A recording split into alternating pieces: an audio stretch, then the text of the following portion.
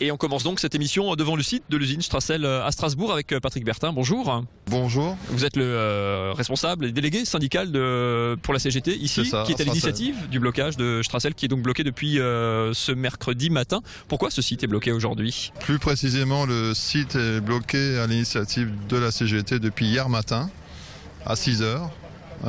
Blocage total du site, arrêt de la production, suite à l'annonce au projet de fermeture du groupe UPM, du site, du licenciement de 250 salariés, donc intégralité du personnel, et des résultats qui font que le site est viable économiquement. Alors c'est le plus intéressant dans ce dossier, oui.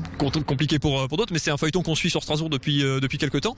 Ce site, contrairement à beaucoup d'autres entreprises qui sont menacées, il est a priori rentable.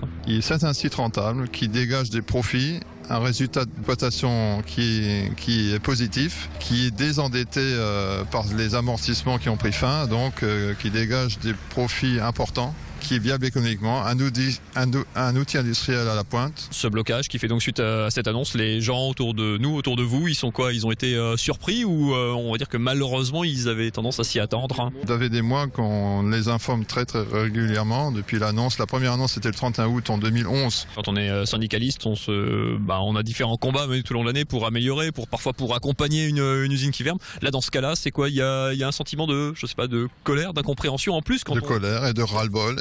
Parce que la pression psychologique elle dure depuis 384 jours aujourd'hui. Les gens ne croient plus en UPM, c'est un groupe qui les a trahis. Il nous a exploités pendant des années, a dégagé des profits, mais un outil à la casse. Seule rentabilité de la finance. Merci beaucoup Patrick, on suivra évidemment la suite de ce dossier dans les jours et les semaines à venir sur Alsace 20.